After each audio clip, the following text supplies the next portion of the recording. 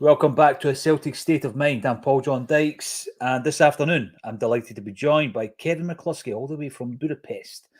Thanks for joining us, Kev. We are here for Celtic versus Ross County, and the lineups are out for anyone who hasn't seen them, and I'm sure through the wonders of social media, you will have seen the start 11, but we'll run through both teams. Celtic lineup as follows, with Joe Hart in goals, Alistair Johnston at right back, the return of Alexandro Bernabe at left back, and the central defensive partnership of Cameron Carter-Vickers. Great to see the big man back, even though he's not that big, and Liam Scales. Midfield three is Callum McGregor, playing his 450th game in the colours of Celtic. Matt O'Reilly, subject of much speculation this week. Thankfully, Brendan Rodgers said he is staying put. And Paul Bernardo, who has come into some really good form in the last 5 games. Up top, we've got Lila Bada, Louis Palma on the wings, and Kyogo Furuhashi through the middle. On the bench, Kevin McCluskey, we have Scott Bain. Our new signing, Kuhn. We've got Turnbull, Holm, Nawrocki. Vata retains his place on the bench. Ralston, Welsh, and Mikey Johnston. So, over to you first and foremost. Obviously, the big talking point will be Bernabe sitting on the left back position. Vata retains his place on the bench. And we also have a new signing on there as well. What's your thoughts, your initial thoughts of the starting 11? Yeah, on the whole, it's a really strong starting 11 that we've got. It's great to see Carter Vickers back in there. That was a bit unexpected from my perspective anyway. I thought he'd maybe have another week or so before he was back. So it's great to see him there. The rest of the team, apart from the obvious, kind of picks itself. It's the strongest midfield. It's a great front three. We've got Abada, Kyogo, Palma. You'd expect goals from that front three. Certainly exciting attacking play. Mm-hmm. But the one that jumps out is Bernabe at left back. That's one that I'm sure will be a big talking point throughout the whole day. Everyone will have different opinions on this one. For me, I don't think I would have started him. It seems I can understand why he has played him. Obviously, Taylor's out, so we need another option at left back. Mm-hmm. But Bernabe's just never really convinced me that he's a left back. I think there's a player in there somewhere, but it's not as a left back. He's a left midfielder or a left winger, even. Or, he's certainly more offensive than defensive. Um, so it's a strange one that he's there. I'd have gone for Mitchell Frame, the young boy, because I think he's the future at left back for us, or the young boy that can come through and play there. That's who I would have went for. But I don't make those calls. It'll be interesting to see how Bernabe does, especially after being out for so long. So yeah, as I say, I'm sure he'll be a main talking point as we go through this. Well, when you watch the games, obviously you're paying attention to the performance of every individual in the team, Kevin, and obviously that forms the basis of our discussion at halftime and full time. But I will be looking at Bernabe with an added element of interest due to the fact that I think he's played something like 70 minutes this season, 5 appearances. And I think coming into January, he was a player I expected to leave the club. And all week, I've been saying that my main concern is that Joe Hart, Greg Taylor, or Kyogo Furuhashi get injured, because I think that's the 3 positions that we've been needing to strengthen for some time for the eventualities of an injury, layoff or a suspension going into a big game, Kev. And it looks as though there are going to be quite a few big games between now and the end of the season, virtue of a pretty slim lead at the top of the league. And Bernabe was one of the players I wasn't convinced with. Scott Bain, I wouldn't have been convinced with taking the gloves from Joe Hart. And when he comes back from the Asian Cup, I probably of the 3 is the one I've been most convinced with. But I don't think it's a like for like in terms of quality replacement when Kyogo's injured. So we're facing the fear today, because we heard just the other day there that Greg Taylor's injured and in steps Alexandro Bernabe. Put it out on the socials today, Kev, because my own take on it was, don't play a player out of position if you can help it. So that would have been Liam Scales, if you ask me. He's not a left back. Tony Ralston has played there for Celtic. I thought that was maybe the safe option, believe it or not. And I would have thought that Mitchell Frame, other than perhaps an injury that he might have, I would have thought this would have been a perfect game for him. We go on about the virtues of youth, bringing them through, graduating from the academy, getting them games. When can you give them a game if you can't give them a game at home against Ross County? So this, for me, he played against Feyenoord in the Champions League. I think he can handle today's game. But we've given Alexandro Bernabe the nod, and I'm thinking, well, this is what he's getting paid for a kickoff. And let's be honest, he's the seldom seen left back. He's only 23. Signed him first Argentinian to play for Celtic. He's an under 23 international. There was an investment of £3.75 million to Lanús. It's just not worked out, in my view, for the player. So I hope he plays well. But my disappointment, I guess, is the fact, like yourself, that Mitchell Frame's not in the frame for a game today. Because if you can't bring him in today, when can you bring him in, Kev? Yeah, exactly. That's my thinking behind why I would go for him. So unless he is injured and he can't play, then that's fine. That would explain it. But otherwise, if you look at this, you go, it's the greatest respect in the world to Ross County. It's Ross County at home. They haven't won in the last 5 games. I think pretty much ever since Derek Adams lighted the standard of Scottish football, they haven't won a game. But this could be the perfect opportunity to bring him in, give him his first team debut, playing alongside fairly settled defence as well. He would be the only player coming in. Yeah, yeah. And like you say, he's come on against Feyenoord. He's played Champions League football, maybe only 15, 20, like it was 50 minutes, I think he got. So maybe that's all he's got, but he didn't look out of place in that particular game. So I'm fairly sure with the home crowd behind him, he would be absolutely fine for this game. And it's something that we've spoken about a lot is wanting to give youth a chance. So exactly, if you're playing against a side at the wrong end of the table and you're at home and you can't give youth a chance in this game, when can you? To flip it, it's a similar positioning, I suppose, for Bernabe. If there's a game that we can afford to bring him in, could it be this one? Um, but the way that he's played in his matches so far for us, I think there's a long way back for him if he's ever going to make it as a Celtic player. So Yeah. he needs to be a standout today, and I don't think he's going to be. Q, But let's hope he a proves me man of the wrong. match performance and a cracking goal and assist. I'd love it, love it. Would happily eat a large helping a humble pie if that was to happen. Yeah, this is a thing, Kev. We're always delighted to take one on the chin or chins, depending on how much you've been on that treadmill in the last few weeks. I'm talking about me, no you. I'm bringing in Laura Bradburn. Thoughts on the Hoops is Laura's new Celtic platform. Get it checked out on the YouTube. And Laura brings up the very, very sad point, the very sad news that Stuart Gray has passed away at the age of 50. Rest in peace to Stuart Gray. Here's hoping science can rid us of this scourge of a disease before it takes more people's loved ones from them. I think everybody who's watching this right now has been adversely affected by this horrible disease in various different, guises. And it wasn't that long ago, I was in the presence of a number of Stuart Gray's ex-teammates, because we did the gig in Glasgow with Pierre Van Hooydonk, George Cadet, and it was going to be Andy Tom, but John Collins stepped in because Andy had to go in for an emergency operation.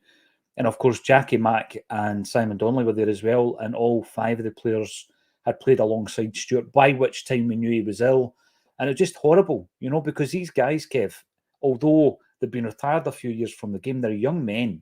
50 years is no age, really, and he leaves his family behind. And it's horrible when you hear the news, and then obviously this happens, and thoughts and prayers with Stuart's family and all his friends as well, and the wider Celtic community. He's a player that after leaving Celtic he went down to Reading.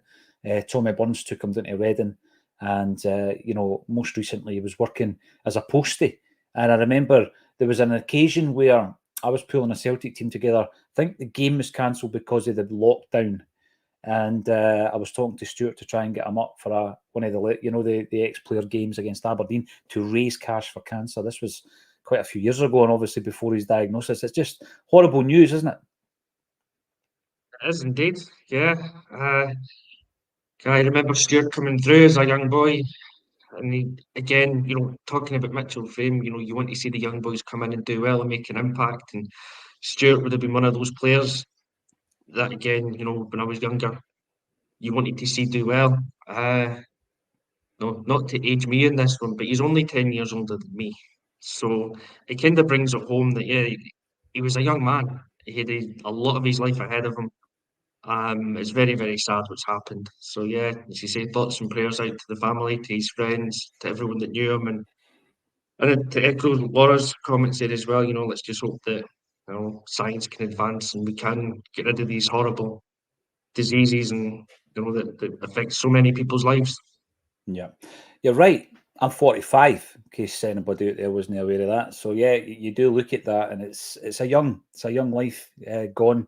Celtic will be wearing black armbands today as a mark of respect for our ex-player. And I do remember him coming through, and I remember the clutchy players that came through. And Tommy, especially in his first kind of season, relied on a lot of the young guys that was coming through at the time. Some of them probably weren't even ready for the first team, but game time for the likes of Brian McLaughlin, Barry Smith, Stuart Gray, and obviously a few had already broken through. They got games as well. So thoughts and prayers with Stuart and everybody else affected by this horrible disease at this time.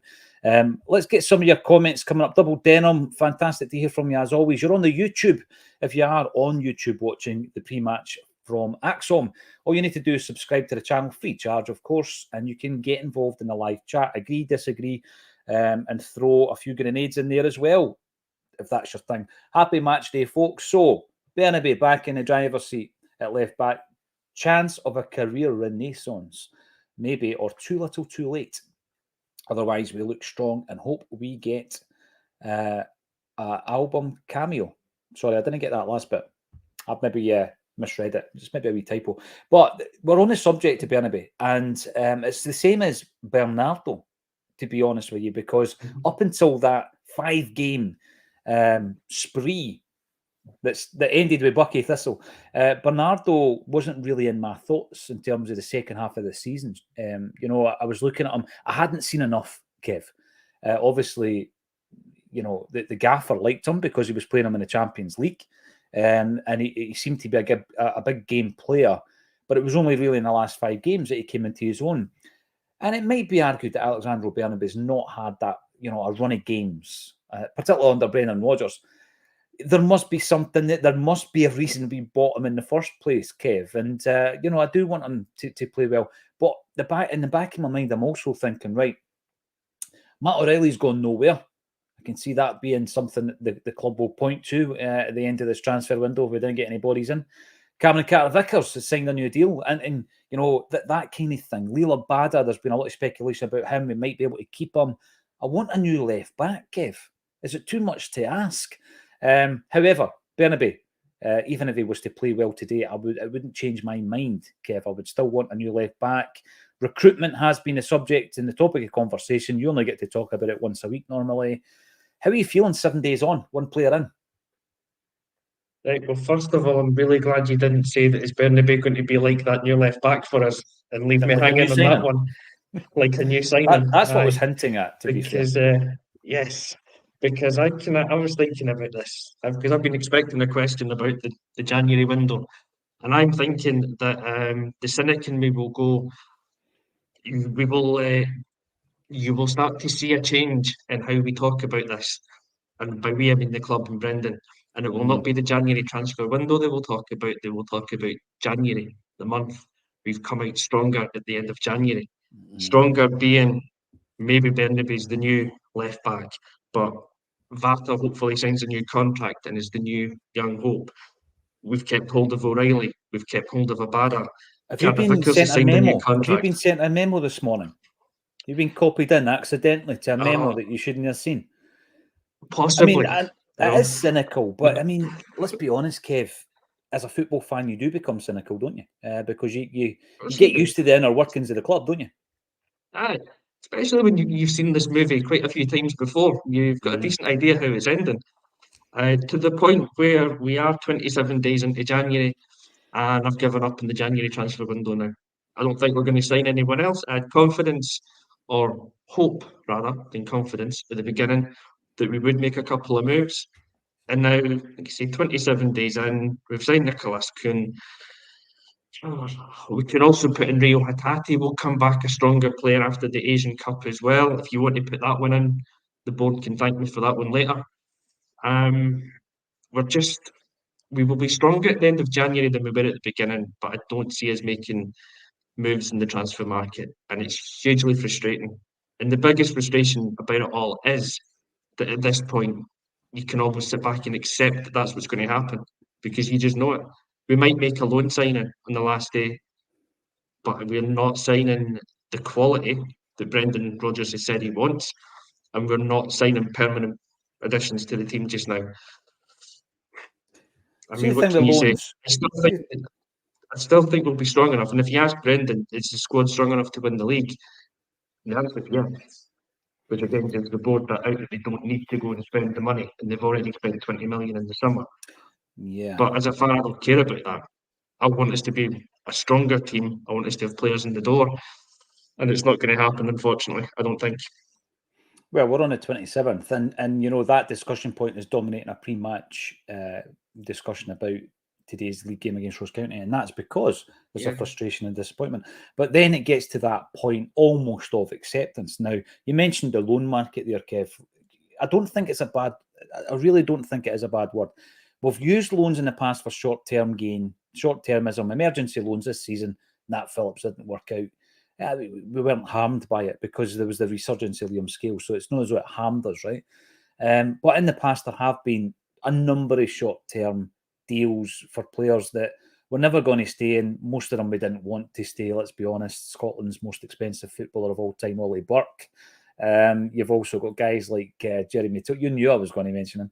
You've got Choyan, you've got Maurice Bauer, you've got John Joe Kenny. All these guys that you know they were only there to fill a gap. I'm not keen on that. What I do like is when obviously you've got a plan. You bring in a player like Carter Vickers on loan with a view to buying him, and Jota, Paulo Bernardo. That's the model. I like that because there's medium to long term planning involved in that. And in the past, there's been some successes the other way. I mean, Jason Denayer came in on loan, did well for us. Paddy Roberts did well for us. Fraser Forster came in 3 or 4 times before we signed him. So if it does happen, I don't mind it. What I do mind, Kev, is the excuses, right? Is it just a difficult window for Celtic? Is nobody in European football doing business? Is it just us that can't get deals done? So I'm taking the whole thing with a pinch of salt. I'm going to be honest with you. Can we win? Yeah, we can, but it'll be a lot tighter and it's less of a sure thing if we run with the current squad. We should have a strong enough squad. You look at the numbers we've got, even the guys not contributing and where they came from, what we paid for them. Yeah, we absolutely should be able to win the league. But why leave it to chance? This is the thing. Why leave it to chance? Bolster it. And if you're running with 10, 11, 12 players that aren't contributing for the second half of your season, that's your problem. You're just going to have to suck that one up and pay them their wages and get on with it, Kev, and deal with that in the summer. But get the names in, get the bodies in to ensure. I mean, Rangers will go to St Mirren any match day this season and win. And if it's a 1-0 win and they're scraping through, they don't care. They'll go and get the win more often than not. They're not going to lose many games, Kev. And we've shown that we are capable of slipping up this season. So why leave it to chance? So it's actually quite sad when fans are resigned to that being the case. Is there any glimmer of hope that we might have a couple of deals that might just drop at the last minute? I mean, there's always hope, isn't there? There always is. But I don't see it happening. Normally, by this point in any transfer window, if there's a deal going to happen, you kind of know about it by now. There's strong rumours and links in the papers. Stephen McGowan's probably written an article that strongly hints at somebody coming in, and that hasn't happened so far. You know, there's been relatively few strong and real links of players coming in, so I don't think it will happen. There's a few points that you made there that we'll pick up on with that. The loans to buy, I think, is a great way to go down. I really actually like that route, and it has worked for us. We've done Jota, Carter Vickers, and hopefully now Bernardo looks like he could be another one that does that. But that's a summer exercise, that one. Loan players that you bring in just now are boys to kind of see you over the line or fill a gap. But guys like Pavel Brozek who'll sit on the bench for 6 months and pick a wage and never play, kick a ball for the club. So I'm a little less enthusiastic about loan signings coming in now. if the right player's there and it's the only way we can get him in, like a Robbie Keane type, then fine, do it. Why have we left it to chance? Because we've got businessmen running a football club. That's the reason why. It's these guys are only interested in the bottom line. So if we can win the league, spending as little amount of money as we possibly can, then the board is so happy with that. That's what they want. Football Yeah, it's men, football fans want us to go and spend money and make sure that that league is won, because we can see what you get at the end of it. We know that if we go out and get those two players that we need, get a solid left back and a forward to challenge Kyogo, because that's what we need in this window just now. That's the two most realistic places in the team to fill. If we get them, spend 5-7 million on the two positions, we win the league easy, because we do have the best squad. But we've yeah. slipped up enough to the point where we've made it difficult. If we just speculate that wee bit, we will win this league, and it's because we've got businessmen running the football side of the business. If we have football men in those positions, we will make different and better decisions that will take us forward. But they're not interested in it because that will lower the bottom line for them. But Kev, those businessmen will point out in their annual report, and you get the wee chairman's message, that we invested X amount in the summer transfer window, and we secured the futures of this number of players, and we won more points this season than we did in the Champions League, and all that kind of stuff is put in black and white. But as you say, it's waffle at the end of the day. If you don't win the league, it's going to be absolute waffle. John Sweeney says, and £60 million Dermot, gamble. Dermot Desmond will pull out that journalist, the story that Yeah. you tell with that one. He goes, "How many trophies have we won since I've taken charge of the club?" And he couldn't answer. And again, that's all he's interested in. To him, yeah, winning trophies, obviously that's what we want. And it proves that he's been successful. But there are better ways, I think, that we could be successful, and we could be a more successful club. We could have won more titles. We could have had more success in Europe just by getting through a couple of group stages by now, I think, if we just had the gumption. Good word. How is it? How is it? John puts it: the testicular fortitude to Oh, spend yes. money and to just go for it every once in a Spend while it. when it does any harm. Spend it better. Spend it better. Oh, right. I'm going to bring this in because it's a perfect time to say it. I was with Martin O'Neill last night. There's the name drop of the afternoon. And we done a big gig in Greenock, the Beacon Theatre, 504 seats sold out in something like 3 or 4 days. There was a waiting list of 200. The man is phenomenal on the stage, Kevin. I think he asked 5 questions all night and he told all the stories, and it was tremendous. And I've obviously put a few pictures and that on the socials, and some people have come back saying, yeah, he was brilliant, but what about the backing? No one had ever been backed like Martin O'Neill before, and all this kind of thing. So what I would say to that is, right, okay, since Martin O'Neill left, we've obviously done business differently. People talk about the Gordon Strachan years being a downsizing process.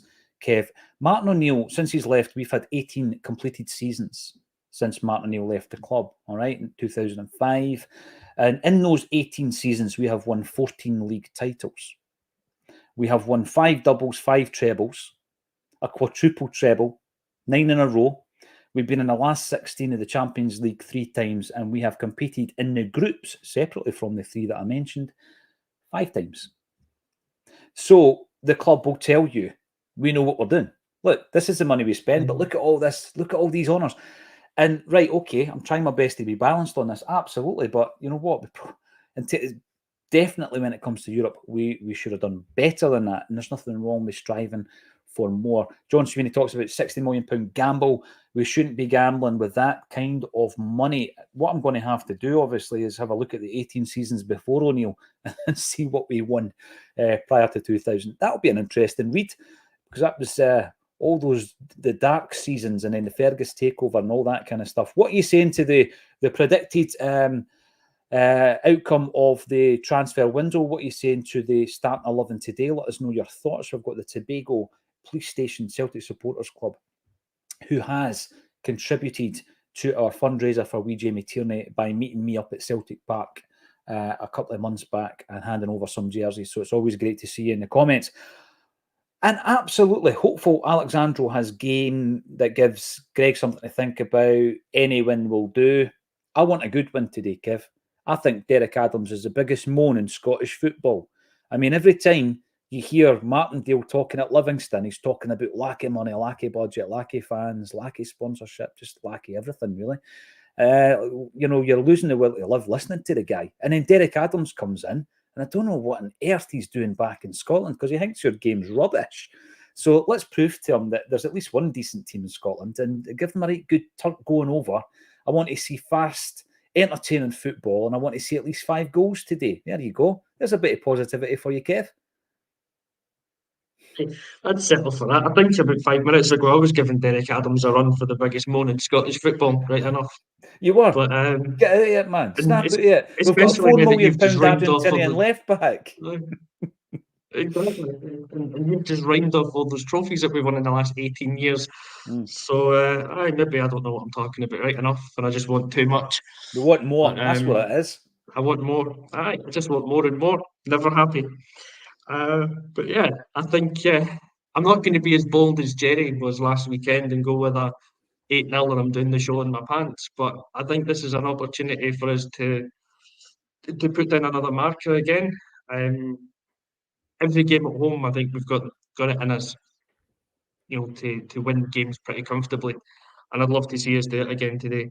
You're spot on with what you said before about Rangers will win most games, and it doesn't matter if they go to St Mirren and win 1-0. A 1-0 win gets you as many points as a 4 or 5-0 win. But a 4 or 5-0 win gives you a massive confidence boost. The sneaking through games 1-0 doesn't get you. We've got a chance today against the side that said that hasn't won in their last 5 games in all competition. I think they lost the last 2 games 3-0 both times in it. So they're a weak opposition.